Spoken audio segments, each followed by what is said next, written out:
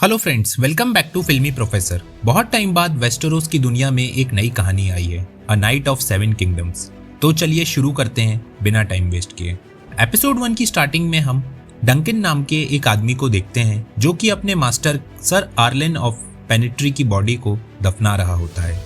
Body दफनाने के बाद वो कुछ देर वहीं बैठता है। तभी उसको ख्याल आता है कि उसके मास्टर की सारी प्रॉपर्टी अब उसकी है, क्योंकि इन दोनों का दुनिया में कोई और रिश्तेदार नहीं है। पर सर आर्लेन के पास ज्यादा कुछ रहता नहीं है, 3 घोड़े और एक तलवार और कुछ सिक्कों के अलावा। डंकन पहले सोचता है कि वो तीनों घोड़ों को बेचकर थोड़ी मस्ती कर सकता है, पर तब उसको ख्याल आता है कि इनको बेच के ज्यादा कुछ मिलेगा नहीं और मस्ती ज्यादा दिन तक चल भी नहीं पाएगी। तभी वो डिसाइड करता है कि वो सर आर्लेन की तरह ही एक हेज नाइट बनेगा और आसपास होने वाले टूर्नामेंट्स या लॉर्ड्स के पास जाकर अपनी सर्विसेज देकर अपना नाम कमाएगा। वो डिसाइड करता है कि वो पास में ही होने वाले एशवर्ड के टूर्नामेंट में हिस्सा लेगा। डंकन निकलने से पहले अपना पेट साफ करता है और एशवर्ड के लिए निकल जाता है। चलते चलते उसको रात हो जाती है और वो एक जगह पर आराम और खाने के लिए रुकता है।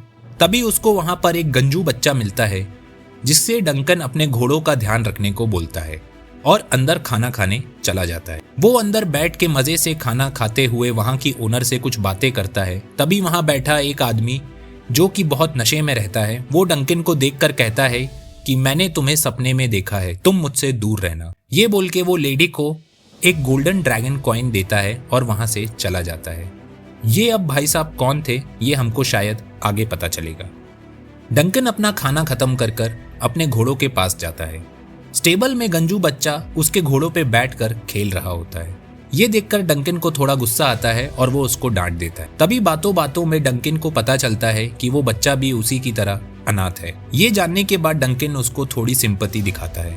तभी बच्चे को पता चलता है कि डंकन एशफोर्ड में होने वाले टूर्नामेंट में जा रहा है। वो भी उससे साथ चलने के लिए पूछता है। गंजू बच्चा उससे कहता है कि मैं तुम्हारा स्क्वायर बन जाऊंगा और जो तुम बोलोगे मैं वही करूंगा। डंकन उसका ये ऑफर रिजेक्ट कर देता है और एशफोर्ड के लिए निकल जाता है। अगले दिन वो एशफोर्ड पहुंच जाता है। वहां पे टूर्नामेंट की तैयारी चल रही होती है। वो थोड़ी देर मार्केट में घूमता है और टूर्नामेंट की जगह को देखता है।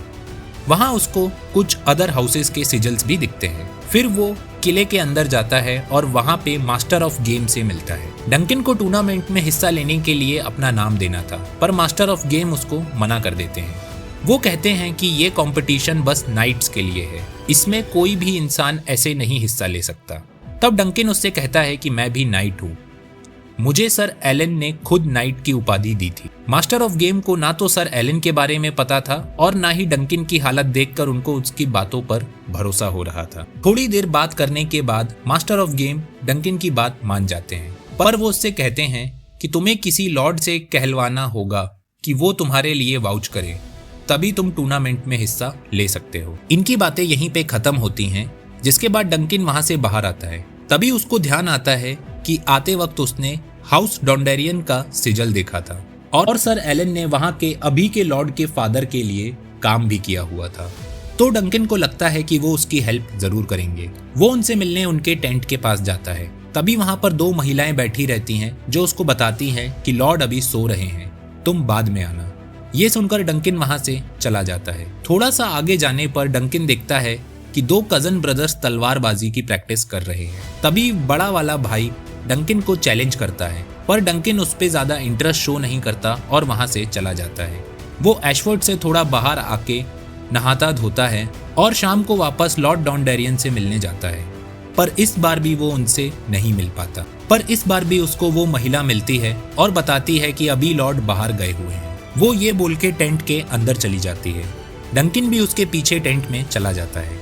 अंदर 3 महिलाएं लॉर्ड डॉन्डेरियन के लिए कुछ मजेदार थीम सेक्स प्लान कर रही होती हैं। वहां डंकन उस लेडी से कुछ बातें करता है और बाहर आके एक लाइव शो देखने चला जाता है। वहां शायद डंकन को एक लड़की पसंद भी आ जाती है, पर भाई उसमें ज्यादा ट्राई नहीं करता और वहां से बाहर आ जाता है और हाउस बराथियन के टेंट में जाकर वहां चल रही एक पार्टी को एंजॉय करने लगता है। डंकन वहां मजे से खाना खा रहा होता है। तभी हाउस बराथियन के लॉर्ड लॉयन बराथियन की नजर उस पर पड़ती है और दोनों के बीच काफी बातें होती हैं, जिसके बाद वो अच्छे दोस्त बन जाते हैं और पार्टी में डांस करते हैं और दारू साथ में बैठ के पीते हैं।